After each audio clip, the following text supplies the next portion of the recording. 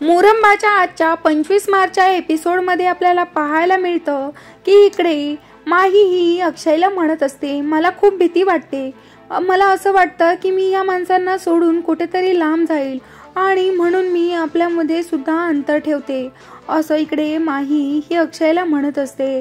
त्यानंतर आपण पाहतो की लगेच अक्षय म्हणतो की हो मला कळतच आहे, म्हणूनच तू बाहेर झोपायला जातेस आणि असं का करतेस तू, का नाही माझ्या जवळ झोपत।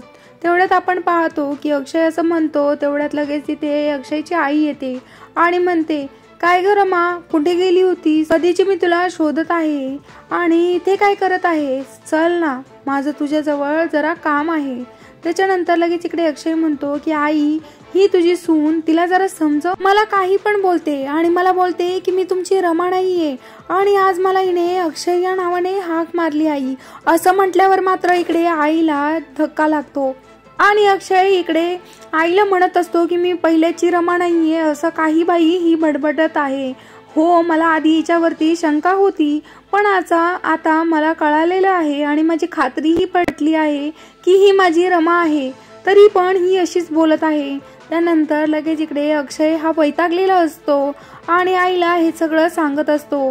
तेवढ्यात लगेच आपण पाहतो की आई म्हणते, हे सगळं तुझ्यामुळेच होतं, तू शंका घेत असतो नेहमी तिच्यावर, मी बोलते तिच्याशी। आणि लगेच आपण पाहतो की आई माईला घेऊन घरामध्ये निघून जाते आणि आजचा एपिसोड इथे संपतो। उद्याच्या प्रोमो मध्ये आपल्याला पाहायला मिळेल, घरात गेल्यावर आई म्हणत असते, का ग अशी वागते तू, असं नको वागूस, अगं कोणी काही बोललं का तुला, खरं सांग मला, काही पाहिलंस का तू। त्याच्यानंतर आपण लगेच इकडे पाहतो की अक्षय हा तिथे माहीजवळ एक फॉर्म घेऊन आलेला असतो आणि तो म्हणत असतो की आता तुझी 10वी झाली आहे आणि मी आता तुझं ऍडमिशन 12वीला घेणार आहे।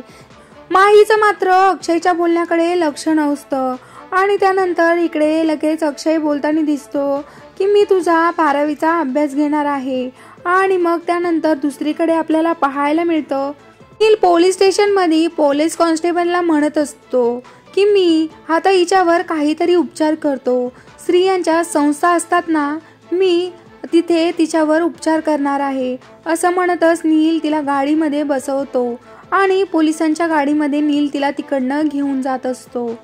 तेवढ्यात आपण पाहतो की तिकडनं रमाची आई चाललेली असते, गाडीमध्ये रमाला बघून आई म्हणते, मला असं का वाटलं ही माझी रमाच होती, असं इकडे आईला समजलेलं आहे। आणि मग त्यानंतर आई म्हणत असते की मला असा भास झाला, माही कशाला गाडीमध्ये बसून जाईल, नाही नाही ती माझी रमाच होते, आई असं इकडे म्हणते। आणि आजचा एपिसोड इथे संपतो। तुम्हाला असेच मुरंबाचे प्रोमोज पाहायचे असतील तर नक्की चॅनलला सबस्क्राईब करा। धन्यवाद।